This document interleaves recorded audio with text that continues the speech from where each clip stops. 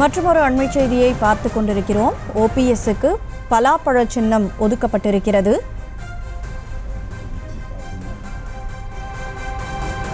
ஓபிஎஸ்க்கு பலாப்பழ சின்னம் ஒதுக்கப்பட்டிருக்கிறது.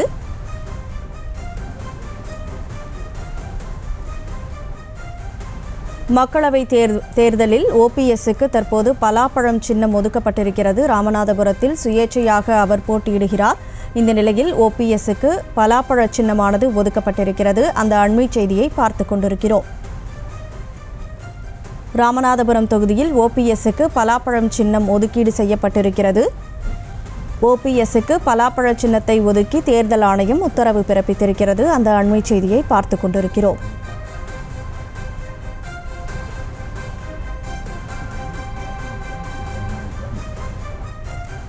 ராமநாதபுரம் தொகுதியில் ஓபிஎஸ் சுயேட்சையாக போட்டியிடுகிறார். அவருக்கு பலாப்பழ சின்னமானது ஒதுக்கப்பட்டிருக்கிறது. கூடுதல் விவரங்களோடு செய்தியாளர் புபேஷ் இணைப்பில் இருக்கீங்க. முழு விவரங்களை வழங்கலாம்.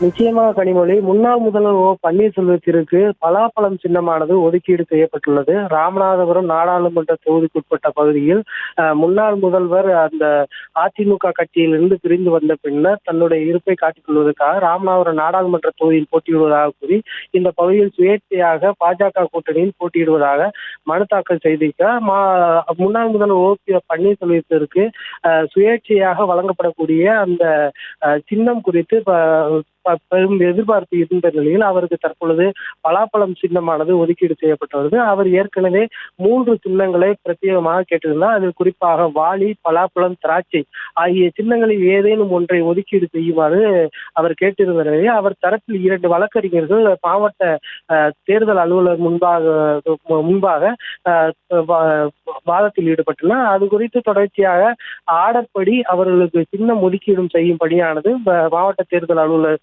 முன்னிலையில் நடைபெற்று வந்தது. இந்த சூழலில் முதற்கட்டமாக இருக்கக்கூடிய அந்த வாளி சின்னத்திற்கு ஓ பன்னீர்செல்வம் என்ற பெயருடைய 2 நபர்கள் போட்டியிட்ட நிலையில் மற்றொரு ஓ பன்னீர்செல்வத்திற்கு அந்த வாளியானது ஒதுக்கீடு செய்யப்பட்டுள்ளது. இந்த சூழலில் 2வது கட்டமாக அந்த விசாரணையை நடைபெற்ற பொழுது முன்னாள் முதல்வர் ஓ பன்னீர்செல்வத்திற்கு பலாப்பழம் சின்னமானது ஒதுக்கீடு செய்யப்படுவதாக ராமநாதபுரம் மாவட்ட தேர்தல் அலுவலரும் மாவட்ட ஆட்சியருமான விஷ்ணு சந்திரன் அறிவித்துள்ளார். பெரும் எதிர்பார்ப்போடு வேட்புமனு தாக்கல் செய்து காத்திருந்த முன்னாள் முதல்வர் ஓ பன்னீர்செல்வத்திற்கு ராமநாதபுரம் நாடாளுமன்ற தொகுதியில் போட்டியிடுவதற்காக அவருக்கு பலாப்பழம் சின்னமானது ஒதுக்கீடு செய்யப்பட்டுள்ளது. இந்த சுயேட்சை சின்னத்தை பெறுவதற்காக முன்னாள் முதல்வர் ஓ பன்னீர்செல்வம் ராமநாதபுரம் மாவட்ட ஆட்சியர் அலுவலகத்தில் உள்ள அந்த சின்னம் பெறுவதற்காக 4 மணிக்கு முன்பாக வந்து சுமார் 1 மணி நேரத்துக்கு முன்பாக காத்திருந்த நிலையில் தற்பொழுது அவருக்கு பலாப்பழம் சின்னம் ஒதுக்கப்படுவதாக ராமநாதபுரம் மாவட்ட ஆட்சியரும் மாவட்ட தேர்தல் அலுவலருமான விஷ்ணு சந்திரன் தெரிவித்துள்ளார்.